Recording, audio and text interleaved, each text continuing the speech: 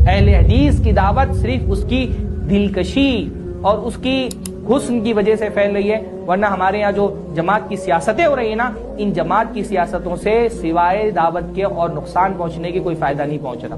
جو جمعیت کی سیاستیں ہو رہی ہیں الگ الگ علاقوں میں، گروپ بندیاں ہو گئی ہیں، فرقے بندیاں ہو گئی ہیں، یہ بجائے ہماری دعوت کو فائدہ پہنچانے کے الٹا اور نقصان پہنچا رہے ہیں۔ اپنی ذمہ داریوں کو سمجھے میرے بھائیوں کہ اس سارے شرک کی غلاظتوں میں توحید کا پھول کھلانا ہماری ذمہ داری ہے، اس شرک کے اندھیرے میں توحید کا چراغ جلانا ہماری ذمہ داری ہے۔ اپنی ذمہ داری کو آپ محسوس کریں گے، آپ کی رات کی نیند اڑ جائے گی۔ کتنا بڑا کام اللہ تعالیٰ نے ہمارے کندھوں پہ ڈالا ہے، اور ہم آپس میں لڑ رہے ہیں، ایک دوسرے سے سر پھٹول کر رہے ہیں۔ ساری ہماری توانائیاں اور کوششیں گروپ بندیوں میں اور فرقہ بندیوں میں صرف ہو رہی ہیں، ساری ہماری محنتیں آپس میں ایک دوسرے کو گرانے میں صرف ہو رہی ہیں۔ جماعتی، جمعیتی اور گروپس کے اختلاف، فرقوں کے اختلاف، ہر علاقے میں، ہر مسجد میں، سیاسی مسائل میں اہل حدیث آپس میں لڑ رہے ہیں۔ ہم آپس میں لڑیں گے تو توحید کی بات کون کرے گا؟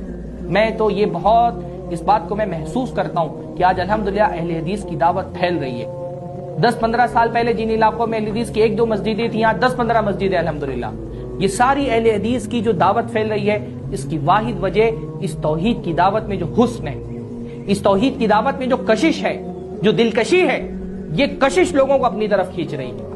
اہل حدیث کی دعوت بہت ہی فطری اور دل کو لگنے والی دعوت ہے کہ بھائی اللہ کے علاوہ کسی کی عبادت مت کرو، رسول کے مقابلے میں کسی کی اطاعت مت کرو۔ یہ بات اتنی پیاری ہے، ایسے جا کر کے دل کو لگتی ہے کہ جس کا فطرت سلیم ہوتی ہے فوراً اس دعوت کو قبول کر لیتا ہے۔ اس دعوت سے اچھی دعوت اور کیا ہو سکتی ہے کہ اللہ کے علاوہ کسی کی عبادت نہیں کرنا ہے، رسول کے آگے کسی امام کی ماننا نہیں ہے۔ ساری جو اہل حدیث دعوت پھیل رہی ہے وہ صرف اس دعوت کی دلکشی اور اس کے حسن کی وجہ سے پھیل رہی ہے۔ ہماری طرف سے تو باضابطہ کوئی دعوتی تنظیم نہیں ہے، ہماری کوئی کوششوں کا نتیجہ نہیں ہے، ہماری کوششیں تو اس کے الٹ ہیں۔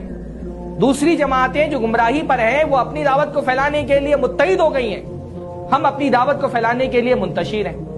گروپ بندیاں ہیں، فرقے بندی ہیں، جس علاقے میں جاؤ، جس مسجد میں جاؤ گروپس ہیں۔